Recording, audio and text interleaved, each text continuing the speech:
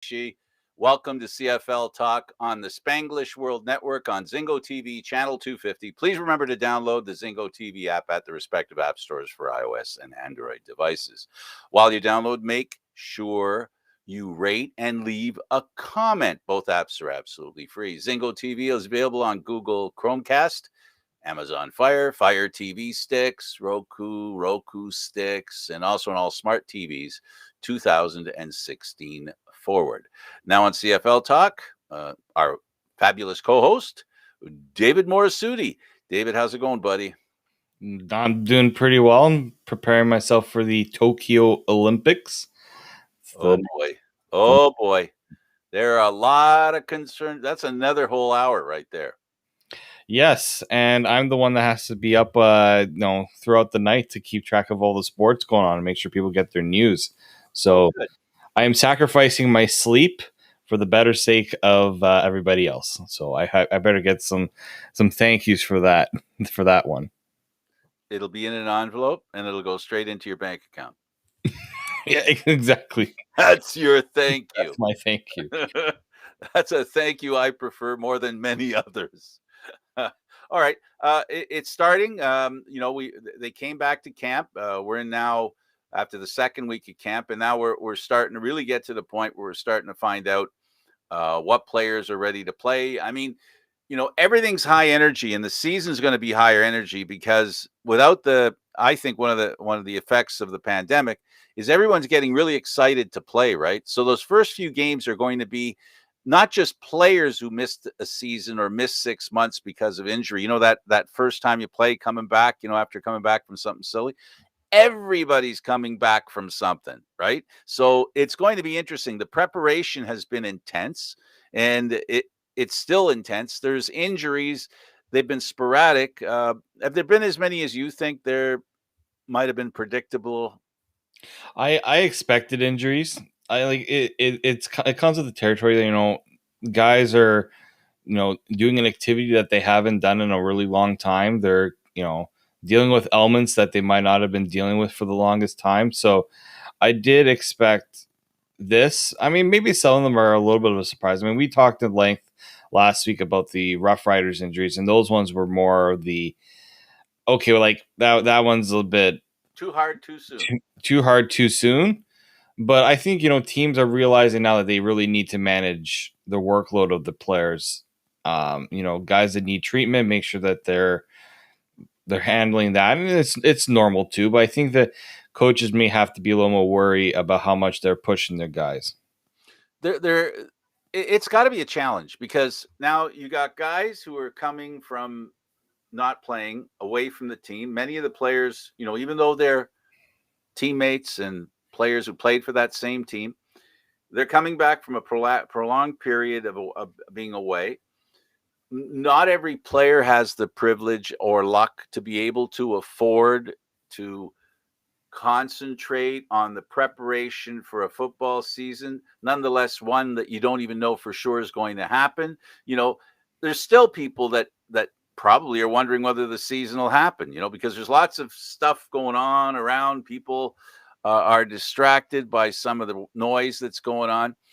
So then there's players who can't afford to not work, so they can't dedicate themselves to getting ready. So we've got a full menu of different reasons why different players arrive at camp in different preparation points for what is usually a hellish world training camp. You want to get going, you want to impress, you want to convince the management that you're ready. You're the guy that they had last time if you're a veteran, or you're a new guy that can dislodge a veteran. So there's a lot of anxiety and hard work. When you're anxious, can be a little dangerous, I think.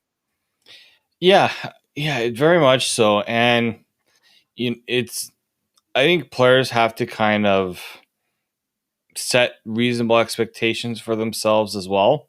You wonder who's going to feel more rusty during these times. It seems like the defense, just based off of our own personal experience, just watching training camps in the past, it always feels like it's the defense that always gets the kind of the jump, a little early because offense, there's a lot that they have to work with. It's timing, it's chemistry, it's all those things. Defense, you know, there is some of that, but it's not to the same extent. So players always have to understand that there is, and players do understand it. It's a process. It takes time, but there's also that as that idea that if I don't have a good showing early, am I going to be one of the first to get cut or let go because the coaching staff is like, well, doesn't look like he's in shape, doesn't look like he's ready. We have to go with guys that are ready, and that's always a concern. And then sometimes coaches and teams make a mistake basing it off too early of too small of a sample size early on. And then you got young players coming in who not that veterans aren't eager to get back to it, but you got young players who maybe for the first couple of years have been trying to get a reputation going so that they can be on a team, whether it's Canadian Football League or any other league, and obviously the NFL, to play football and to actually be professionals who are dying to have that um, you know that experience of being a professional, because it's all about career path, right? And getting an opportunity professionally, it really doesn't matter where. Yeah. It's got to be the angst that they have and the waiting and the way the drafts worked out in football, and we saw it in sports, right? A lot of junior teams or college teams or teams that provide the talent for professional football, they were halted. So, there's an extra amount of I got to impress them here because they really don't have much else, right? It's what I do. Everything begins and ends with training camp this year more than any other year. No, for sure. And yeah, you always wonder how the layoff and how this whole absence of training camp training camp for the last year really impacts especially with, I always think that the ones that always have it a little harder are teams with new head coaches because Right. they're starting from scratch. A lot of these teams that are bringing in new players with a new coach, it's a double-edged sword there. At least with, I look at Calgary, who are probably the model of consistency with their way they're run. They've had a good system set up for years.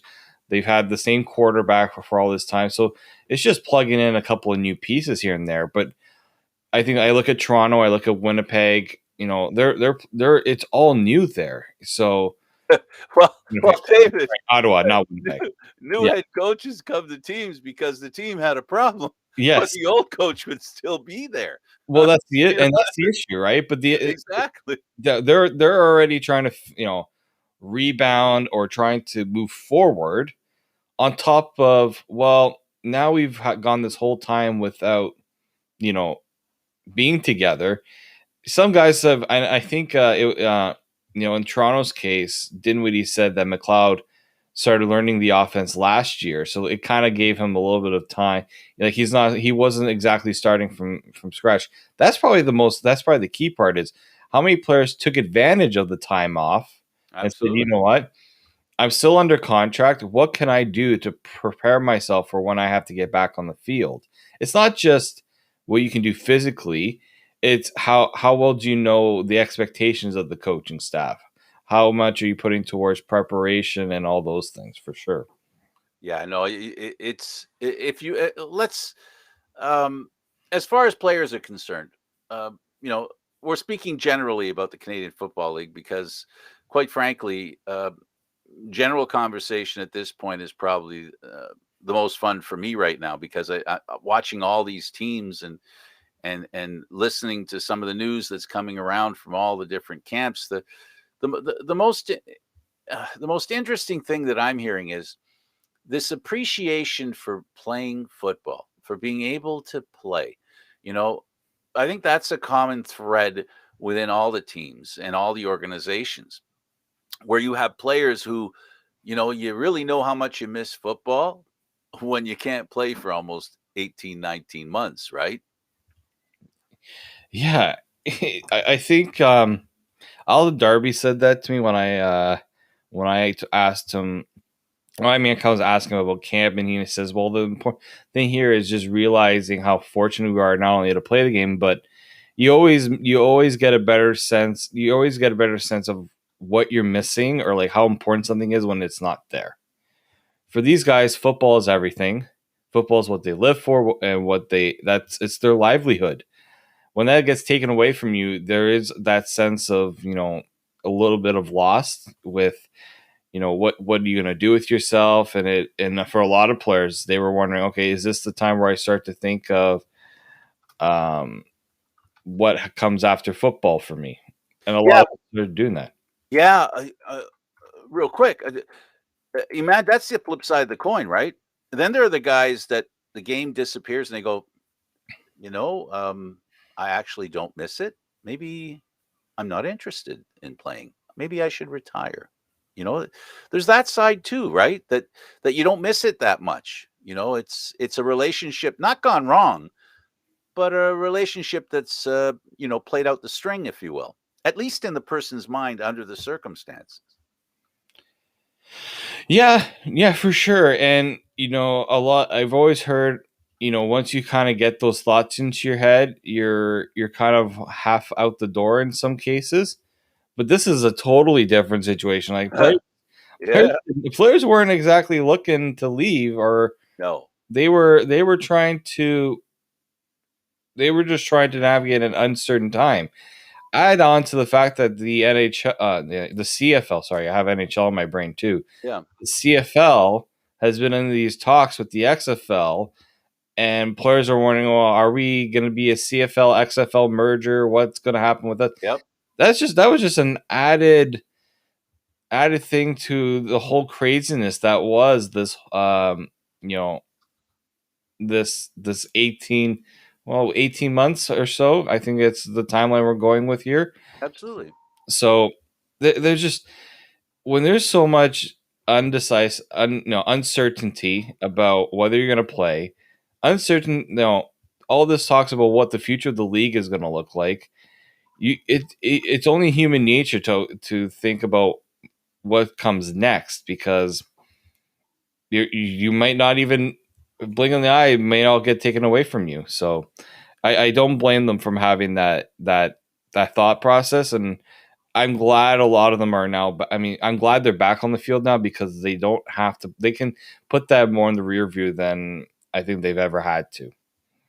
Yeah, and then you want it. The other, like I said, they want to. We talked about injuries, and we talked about coming in and really loving the game and missing the game and wanted to be a big part of it.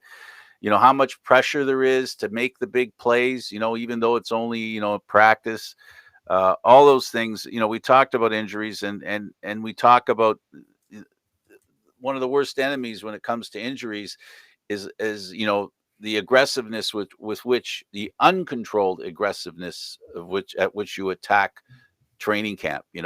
That's what I think the job of management is. And where Saskatchewan, whether they're blame or not, it's not about blame. It's about three players get hurt. They need to be more careful with these players. They need to make sure, that's the job of management, that these players, I guess, how do you identify on a scale of 1 to 10 how ready someone is for training camp, David? How do you assess that? Where does that come from? Where's the baseline when a player shows up? Okay, he can do these things, right? Uh, let's face it. When it comes to training camp, it's a situation where management doesn't have to push that hard. These players, being alpha males and being competitors, they're going to push themselves, you hope, as much as they can. And really what you should expect from management is less about pushing them to work hard, but kind of controlling them a little bit. It's like that saying, I prefer a guy who's really aggressive, because it's easier to tone down an aggressive guy than it is to try to make somebody, you I know was what I mean? gonna say, it's totally hard to get somebody to flip it around. Yep. And yeah, to kind of get an idea of where, how to judge a player right off the top. I would just say the how ready are they, like, how focused are they on the details, like the important details right off the hop. They can be excited, They can show the enthusiasm on the field and with the players.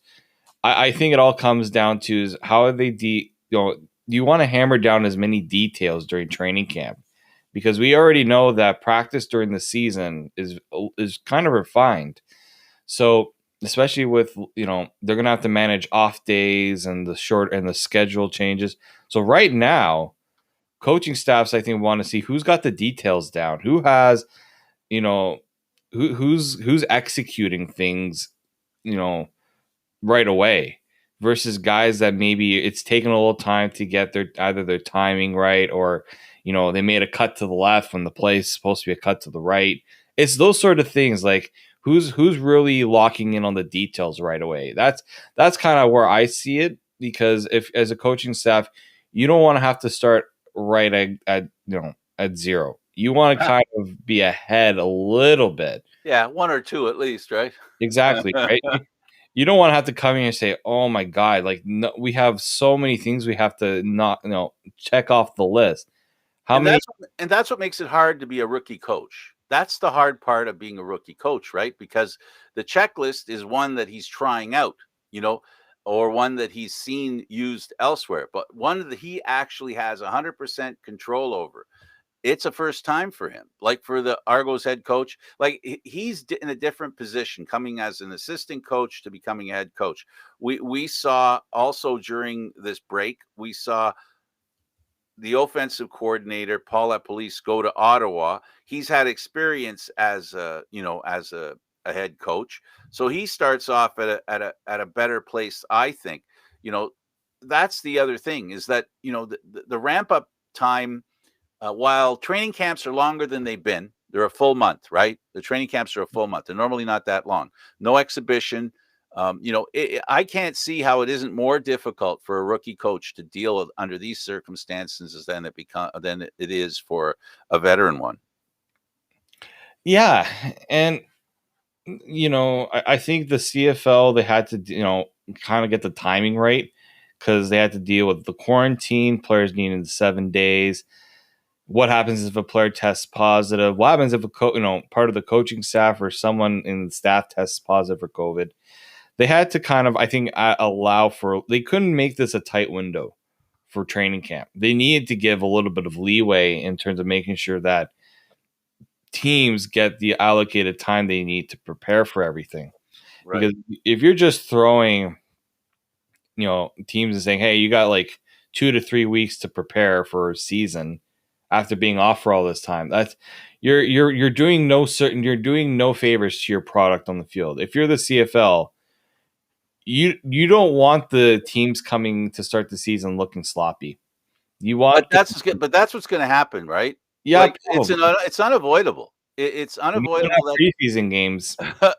it's unavoidable that the first games of the year, it's really not going to be who makes the mistake. It's going to be who makes the least mistakes Yeah. more than ever. Like more than ever. This is not a slight to the players or to the teams. This is the reality of, there's no ramping up to the season. It's practice season. Like for example, today the Argos are having a game, blue white game. They used to call it the blue white. I don't know if they call that it anymore, but I think they're still on the blue and white game. Yeah. yeah, Sounds okay. great. Well, they're playing that game today where the players are getting a chance to be a little competitive, but we both know contact's not really going to be an issue in this game, right? So it's still missing that. The first time a quarterback gets hit, the first time a player gets hit is going to be in the first game, and that's what I mean when I say, they've got to really ramp up. It's not to suggest these guys don't have muscle memory, they don't have the memory of what it feels like to get hit, that they don't know how to react. They knew, they knew, and they know. They knew before, they'll know now. It's just bringing it back, just like everything else we do in life, guys. It's like the first day of school. Yeah, exactly. And I was hoping that the issue with this being all the way out in Guelph is the game's being held in Guelph and then there's the media veil after on Zoom. So you're trying to balance is it more important to go watch the game or is it more important to be on the Zoom call? And unfortunately, getting out to Guelph on a weekday is not as easy as the weekend either. The tough part here is you can't watch it unless you're there because they're very CFL teams are very secretive on making sure that nobody's getting an eye look on plays that are being designed. We know how they are with practice. I have a good story actually. One time at a Toronto Argonauts practice, I think me and somebody else pointed out that there was a guy hanging out. They used to practice near the near Downsview Park in that area.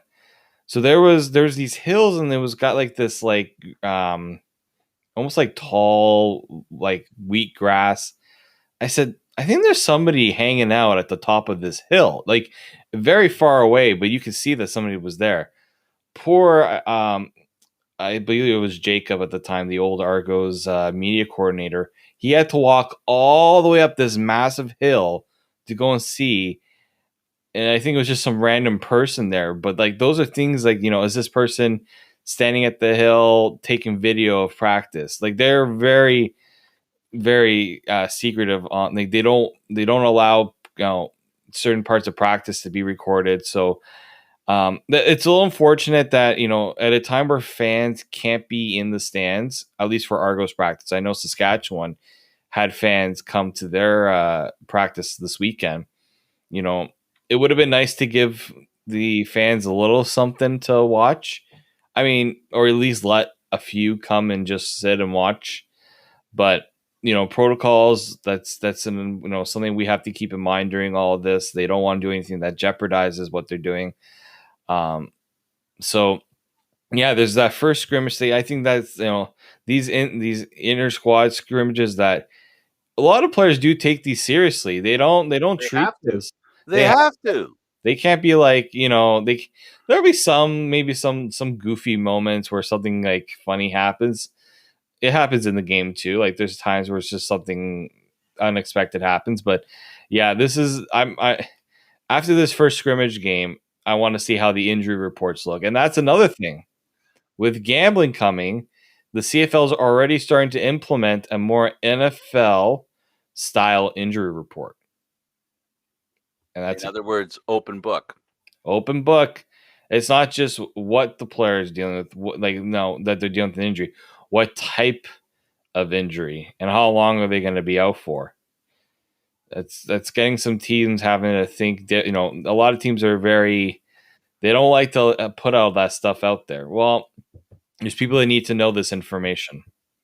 You got a situation too that happens, which is just a common sense thing, and that is that you have a rookie who wants to impress, a veteran who has impressed, who's not walking or going through the motions, but his heightened level, he's worried about getting ready for a season, right? Yes. And then you get a rookie who's trying to earn a job. So now you got those two guys. One of the good reasons why there's no contact is because you got a guy who'll do whatever it takes to impress, and another guy who's just, he's just getting ready. It's a different level of intensity, right? It's not to suggest that the veteran isn't intense. The veteran's looking at his experience and timing himself to be ready for game one because he's under the impression that he's going to make the team. So his attempt at playing is a little different than one of a rookie who there is no tomorrow. It's all about today, right? So that's another thing that veterans have to deal with in practice is basically they want to be at their peak, at their best when the game starts. And that's one of the reasons why the exhibition games hurt the veterans, because it's all part of their process. Whereas the rookies, they're going 100% all the time, because if they feel, and they've been convinced, if they don't, there won't be a tomorrow, because they're always playing today so that there is a tomorrow. And this is the thing too, is players, the one thing they want to avoid is an injury. Anything that keeps them out. Because some players have gone cut for an injury that's just bad luck.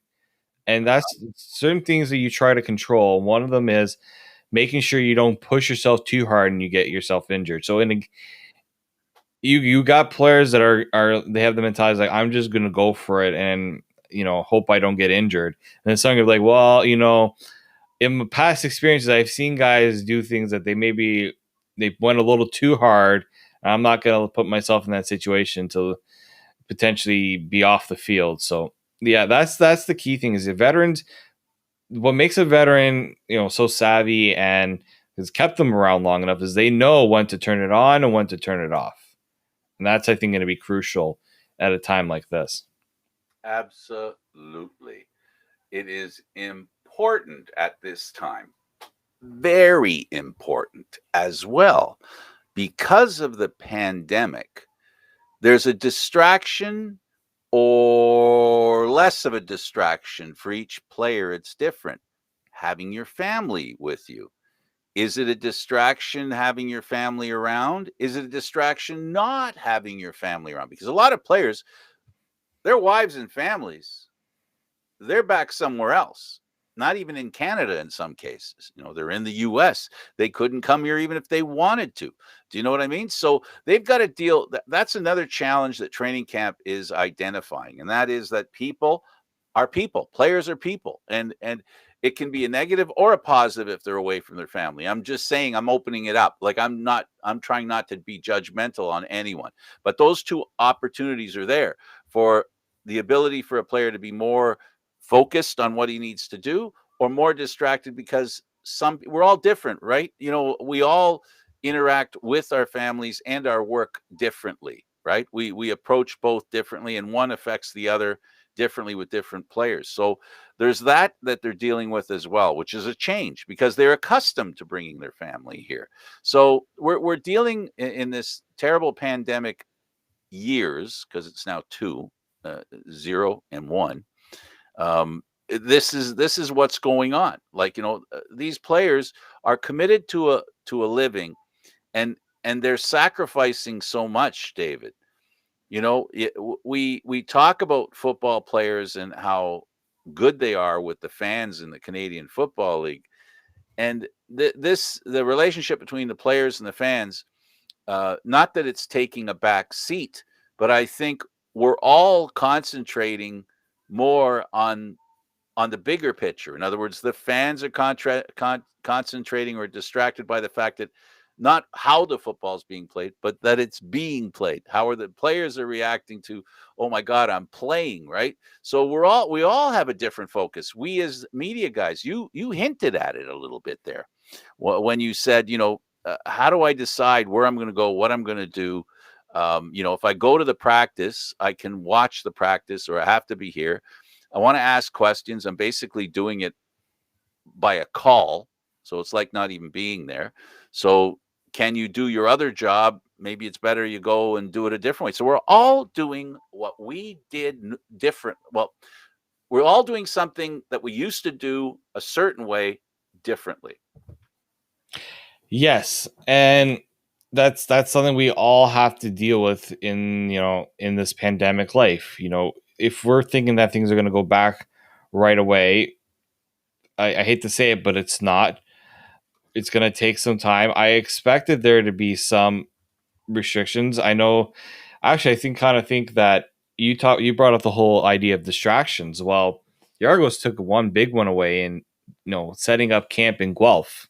Mm-hmm. I hate to say it, having camp in Guelph versus in Toronto or even where they used to do York University, a lot more seclusion where the Argos are right now. Mm-hmm. Not being with the family is going to be tough for some, but for others, it's what they need. They can focus on what they need to focus on, and and I think Saskatchewan is playing out in Mosaic right now. I mean, that's where they usually most teams are holding camp in their stadiums, and Saskatchewan actually did by having fans, they kind of gave players what that feeling is like, and I thought maybe that's why some teams would consider adding you know adding fans just to get that idea of what's that gonna feel like to be with fans again, because that's an adjustment that some of these players are gonna have to deal with. They thrive off the energy. Some of them, if you're an offensive player, if fans are making noise, how do you deal with that? Those are things that they always practice and you try to understand, and you try to make adjustments towards. So Yeah. that's another key is which the news this week or last week that Winnipeg is doing 100% capacity for fully vaccinated fans. I think they're the only team I've seen that has full capacity right now, if I'm not mistaken. I know Toronto, BMO Field, I believe, is 15,000 because at Rogers Center, it's 15,000. I would assume for all the Ontario teams, it's going to be like that because they all follow the same guidelines, for the most part. Maybe Saskatchewan will be the other team that tries to get a full stadium, but Winnipeg kind of put out the motion there that, hey, and we know Winnipeg is not an easy place to play, and those fans can get pretty loud. That's going to be an adjustment for a lot of teams. Absolutely. On the subject of fans, this is something that the people who are season ticket holders are aware of, and that is that their tickets haven't been they haven't been called. They here in Toronto, they don't know, for a fact that they get their season tickets, and I'm going to assume something here. I'll call it. I'll give myself a break. I'll call it an educated guess. They can't give away the seats because they're not sure where the fans are going to be sitting specifically.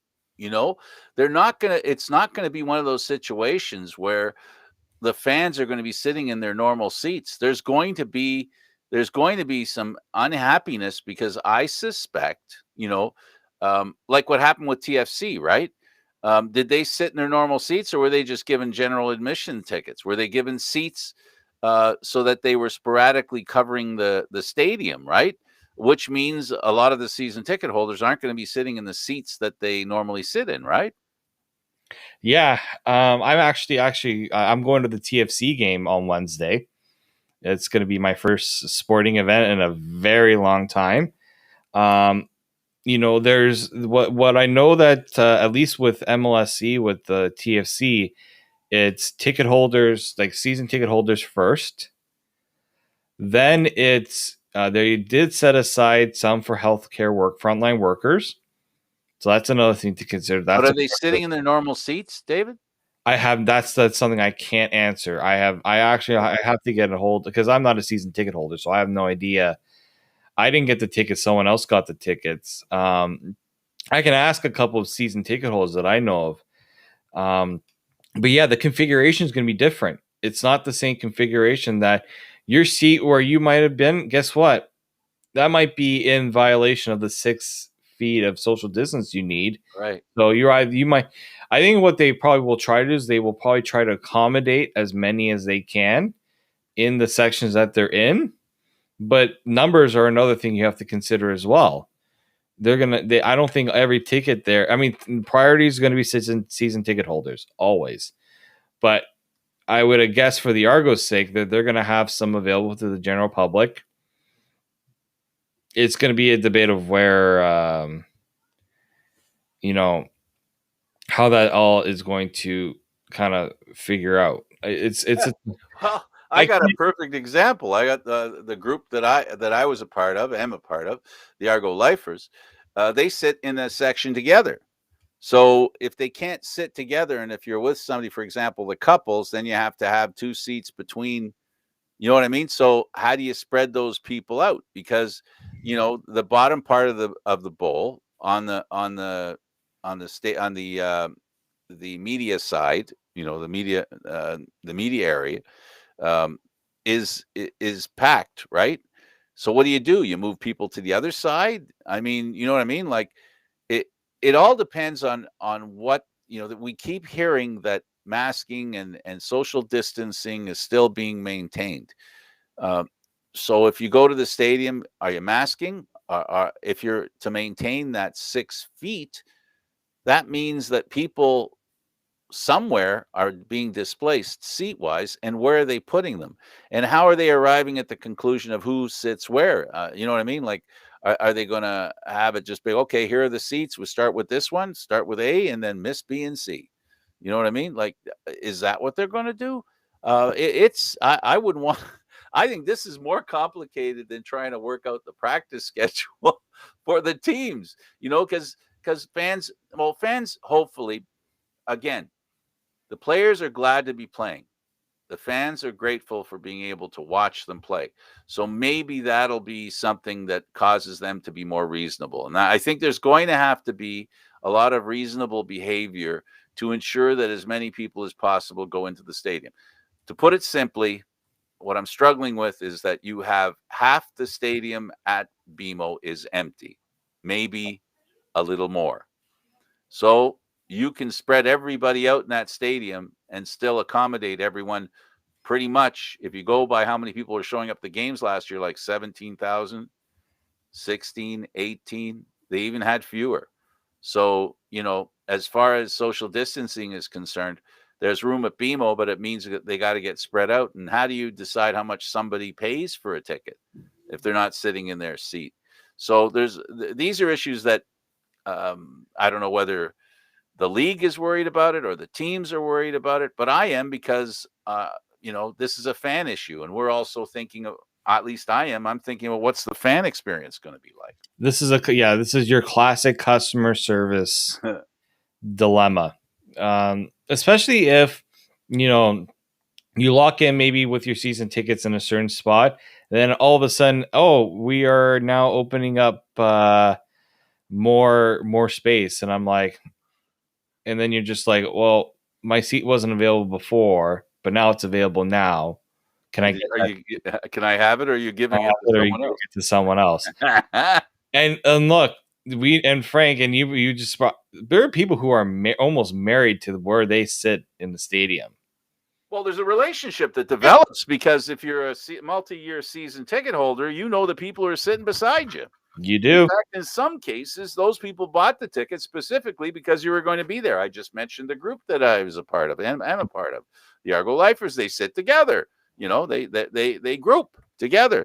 And so if you're going to spread them out, now what are you going to do? Throw people in between that weren't there before? I know that they won't like it because they like where they sit. They picked where they sit, and they want to sit there. And they like the people that they're with, right? Absolutely. They get to talk about the game. They get to talk about, even harass, cheer. Yeah. And, yep, that's for sure. So yeah, I know it's not ideal, but when you're dealing with, the worst one, Blue Jays fans in the same regard, a lot of people are have certain expectations of what going to a Jays games be like. I'm like, it's not going to be the same as we've made it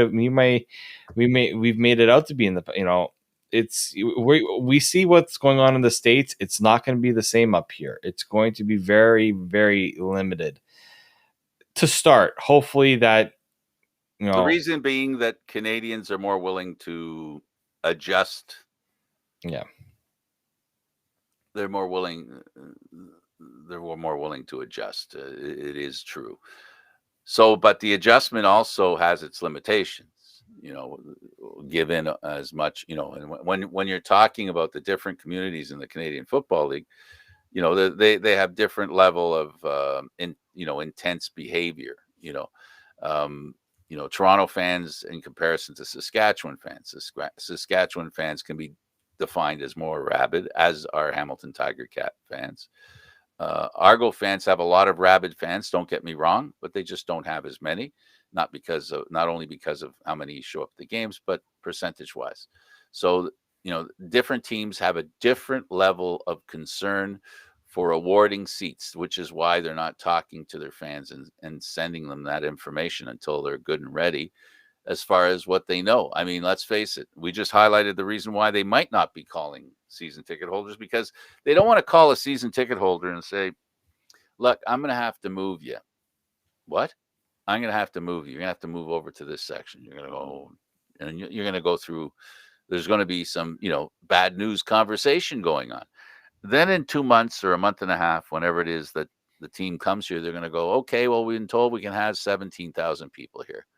And if they don't have to be socially distanced, that means they can sit in their normal seats. Now you just had a conversation last month with somebody that, so nobody wants to have the conversation they feel they might not have to have.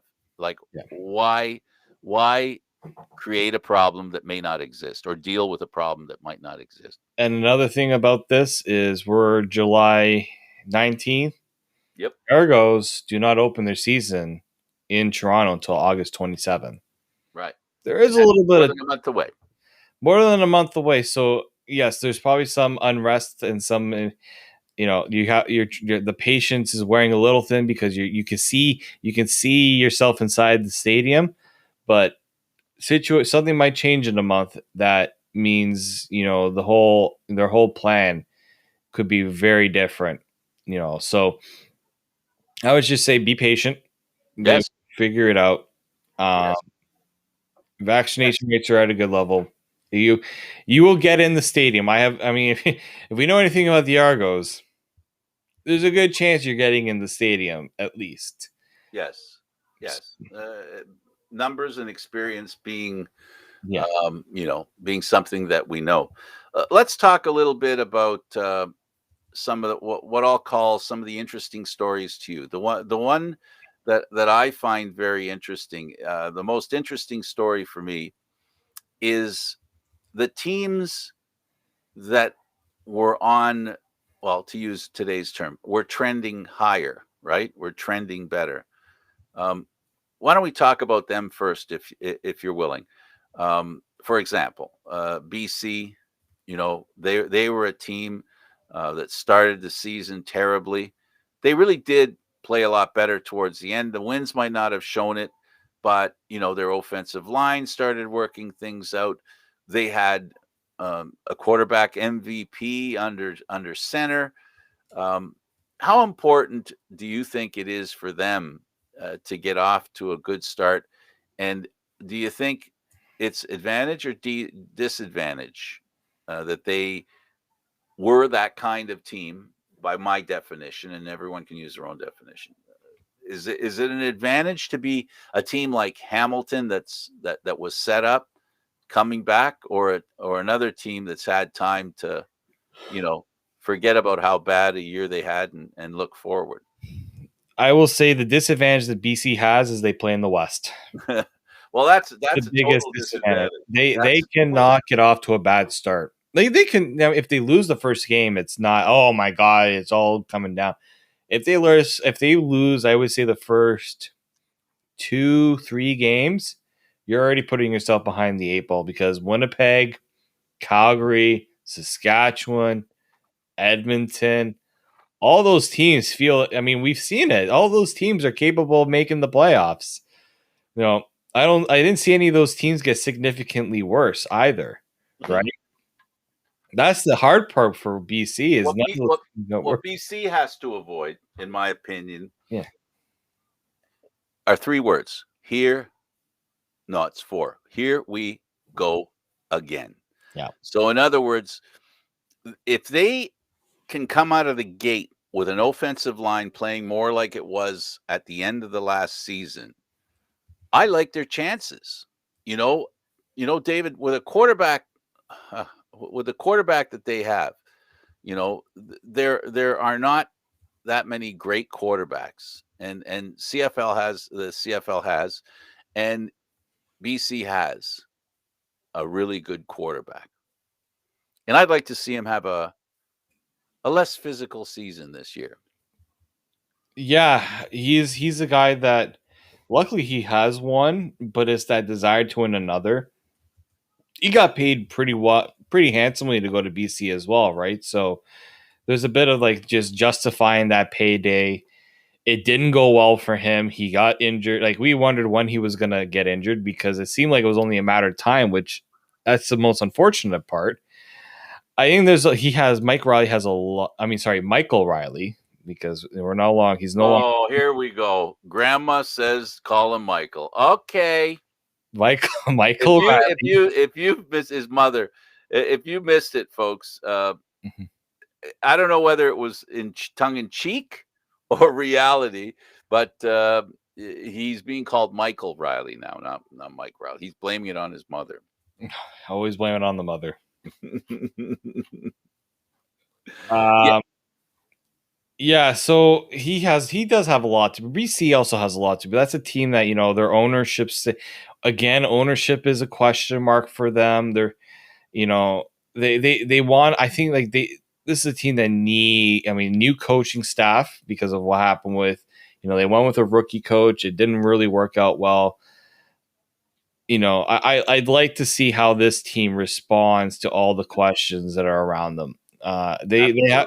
They have a chance with the quarterback And the receiver, Brian Burnham, Yeah. not a better receiver in the CFL. At least not one with the showmanship value that he has. Yeah, exactly.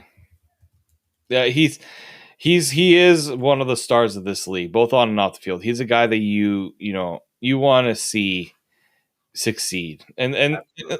this is the thing. It's hard. I don't try to cheer for teams. I try to cheer for stories. That's usually where I go. Um, Last year with Winnipeg, it was Zach Claros, Andrew Harris, Willie Jefferson, like players that were deserving of a championship. Absolutely. A redemption story for Mike Riley, even just to make the playoffs. I will take that every day. I think that's for me, that's the biggest story. Is the teams that did not play well playing well, and that brings us to Toronto and Ottawa. Toronto, we cover Toronto. We know, and a lot of other people know, and the way we know it is that a lot of people are questioning the cap space that the Argos should have. That's because a lot of people know that they brought in some high-end, experienced talent. For them to do well, they have an inexperienced coach. Doesn't mean he's not a good coach. Doesn't mean he's going to be a failure. Just simply he's an inexperienced coach, and with a very experienced team and an upper management that has a lot of respect and a lot of experience in McCarthy and Pinball Clemens. So, they're okay that way. The biggest thing that I think their challenge is going to be, and how we're going to be able to tell, is how they gel as a team. There are a lot of high profile players accustomed to being the guys on their teams, right? And the Argos have brought in a lot of the guys to this camp. Yeah, they did. They brought a lot of guys. I mean, we talked about in length about the veterans they brought in, and we've already seen one out the door in Alden Darby, who got traded to Yep. Winnipeg, and a bit of a surprise move for a lineman, an American lineman too, not even a Canadian. We know that the Argos are dealing with, a couple of absences. Guys that maybe they were counting on. Cody Speller was one. He's on the suspended list, dealing with. I think it's a personal situation, so maybe he's an option down the road. But for now, he's on the suspended list so that they can have guys in camp. Clarify the suspended list, because a lot of people think of it as something, oh my God. No, it's just a technicality, really, for the most part. It's less about being bad and being punished, more about keeping you on the team's field of play. You just set aside. That's all. Pretty much, there's two options for a team if a guy's not at camp. You cut him, or you put them on this suspended list, because you don't want to lose their rights, right? Nope. You don't want to lose the rights to sign them, because once you cut them, that's it, right? Yeah, they can go where they want. They go where they want. And in the Argos case, like on Martavis Bryant, who they were holding out for, they want to give him a chance to come up to the CFL. He's dealing with passport issues, although the patience seems to be wearing thin, and I'm wondering if issues was the only thing going on there. Yes. And then there's Kendall Wright was the same way. There are, I mean, a lot of teams have suspended guys. And why is that, in your opinion? Why are the coach? Why is the coach losing his patience? For example, Martavis Bryant. Why would that happen? Is it because he could be such an important player, and they want to ensure that chemistry starts as soon as possible with the quarterbacks? Yeah, I mean, especially as an offensive coach, you don't want to have to try to teach a guy, especially if he's not on top of everything with the playbook, or if he's not, this is a guy who hasn't played in years, since 2018, if I'm not mistaken, right? So you think that a guy like this is eager to get everything sorted out so he can be at camp, and this thing just seems to be dragging on. And you're just like, he couldn't have been surprised. Well, no, especially because certain guys they just see the CFL as a jumping pad to get back into the NFL. But so you really get the sense of who's committed to making this work. I point to, look, Shane Ray has been one of the spotlights right now in Argos camp. Former first round pick in the NFL, got cut, didn't get brought back because of a wrist injury, and he's saying, look, yes, do I want to get back to the NFL? Of course, that's usually a lot of players' goals, especially down in the States. But I'm also committed to football here because I just want to play. So Exactly. you're really getting a sense of who really wants it, in my opinion. That's Absolutely. the key right there. Absolutely. Ottawa is a team that has an experienced coach in La Police. The way it's very quiet. Uh, Ottawa camp is very quiet. Is it because we're not paying attention, or is there not much happening? It could be a bit of both. I think we kind of know who Ottawa's a team that just didn't really do that much to get people talking a lot about them, in my opinion. Maybe that's putting it a little too harshly, but like other than Matt Nichols, like what else did they really do to get people going? Yeah, Ottawa's ready to turn the corner, right? Well, they got a pretty famous coach, La Yeah, Police. You know, they got themselves an important hire. yeah, I guess so. But my question here is that enough to really drive an interest? I mean, fans are great in Ottawa. Like, that's not an issue. The issue is what's the team doing to really inspire that they're going to be much better going into next year? Because again, the East is not the best, but the East is not like the Ottawa can't just hope that teams in the East are gonna get worse. I don't think that's the case. Um, so maybe this is just a year where they're gonna give Matt. They hope that Nichols is enough to get over some of the shortcomings. That's betting on a lot for a guy that's had injury issues, and I mean he's a good quarterback when he's healthy, but yeah, Ottawa is just there's just hasn't been that much to say about them, and that's unfortunate too because this is a team that was a Grey Cup bound, won the Grey Cup in 2016. They were back there again with Trevor Harris, and then it kind of all just went downhill from there. Yeah, it's just that but I guess why not be quiet? There'll be a surprise to a lot of people. It's just that not a lot of news coming out of there.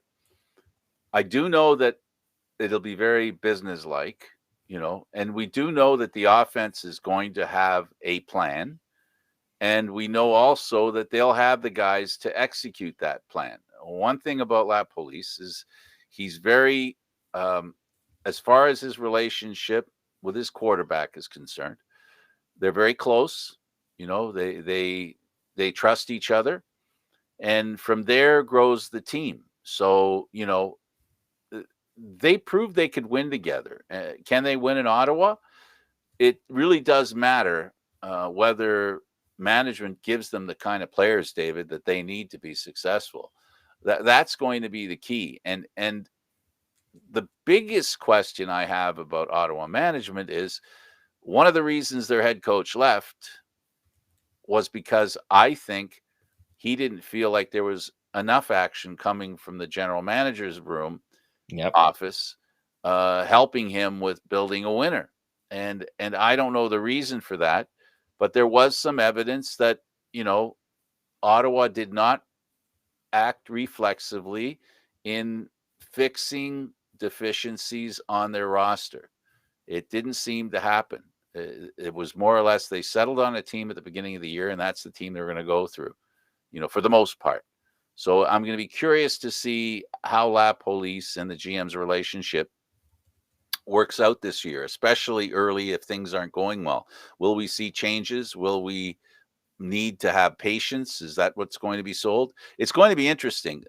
This Ottawa team, um, you know, along with the Argonauts, I think are the two teams that are hoping to stave off the crossover, in my opinion. Yeah, exactly. And I do think this could be another crossover situation. Um, it's unfortunate because you want the team to be you want these to be a little more competitive. You don't want it just to be Hamilton and then which one between like Toronto and Montreal are going to battle for that second place, right? So I definitely do. I mean, it's also just I think of also the imbalance between the East and the West. It continues to. Mm-hmm. I mean, Toronto's been through how many head coaching changes? Montreal seems to have figured that out now. I mean, Hamilton has maintained their level of success. Well, that's the way. Like, and then Montreal. You haven't mentioned Montreal yet, and they were a team that they were one of the best. They could have been the best team in the East. They could have. Yep, they made a lot of they proved a lot of people wrong last year. And it's for that reason that I'm saying that Toronto and Ottawa are the two teams that are trying to stave off the crossover. Yeah. Not that I don't have respect for Toronto, because I do. I cover them. I'm very happy to cover them. They've always been a great organization to us and our coverage of them. But, an unbiased view is an unbiased view. And I truly believe that the Argos have something to prove. The good news is they have the players to do it. The question will be chemistry. And Ottawa needs to show that they're willing, the organization, to come together and show the fans a little more of what they showed them during their early years. The Grey Cup appearances. A fan base can't take finishing last too many times in a row. Exactly. No, I think so. And these teams need to start figuring out. Otherwise, the fan support's just gonna start to wane down because they need to see some progress. Definitely. Absolutely, absolutely. Well, David, I think we wore our welcome out one more time. Yeah, we don't want the producer. I think Eduardo's going to unplug us any second. Maybe we should go. I think it's time for us to go. I think so too. He's David Morassutti. I'm Candid Frank Stanisci. Thank you for watching CFL Talk. Airing Mondays at 1 p.m. Eastern Standard Time. This show can also be heard on the Spanglish World Radio Network. For CFL Talk news, entertainment, and other sports programming we offer, please check out SpanglishWorld.ca. Spanglish World. Watch it, hear it, read it, download it, and live it. Thank you for watching, everybody. Until next time.